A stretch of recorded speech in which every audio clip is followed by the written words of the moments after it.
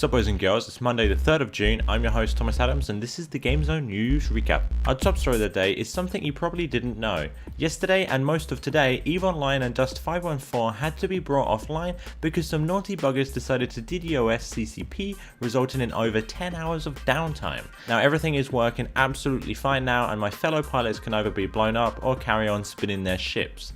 To make things better, EVE Online plans to release their next free expansion tomorrow and it is called Odyssey.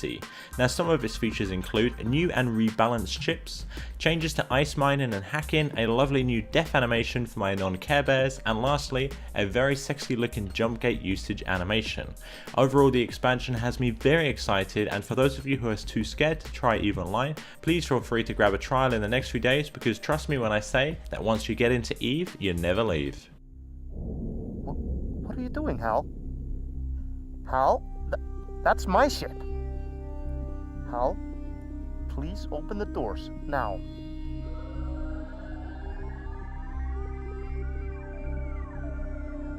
I'm sorry, guard.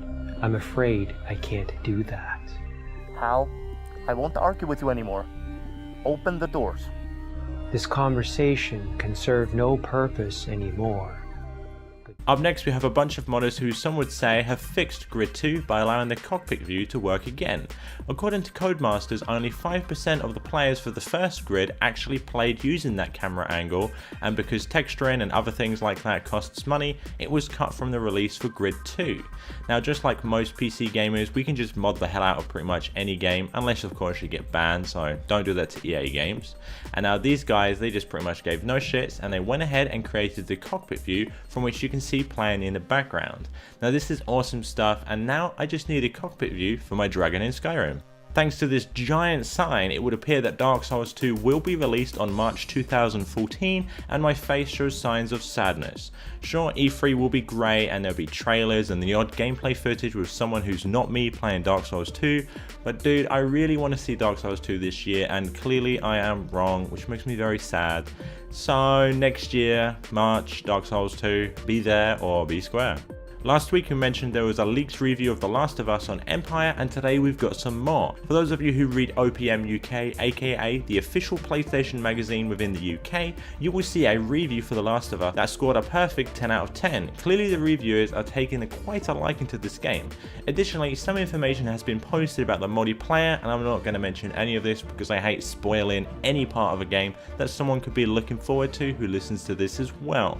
Now pretty much it just sounds pretty damn awesome for a console game, and it would fit pretty well on a PC game, and we've all seen it before.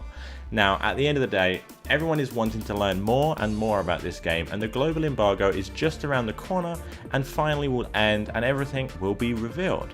Remember that The Last of Us is a PS3 exclusive, meaning poor old Xbox and PC gamers won't get their hands, and that might be a good thing for PC players because it will probably be a bad port. Remember that you can check out the latest news on www.gamezone.com. I have been your host Thomas Adams and this has been the News Recap.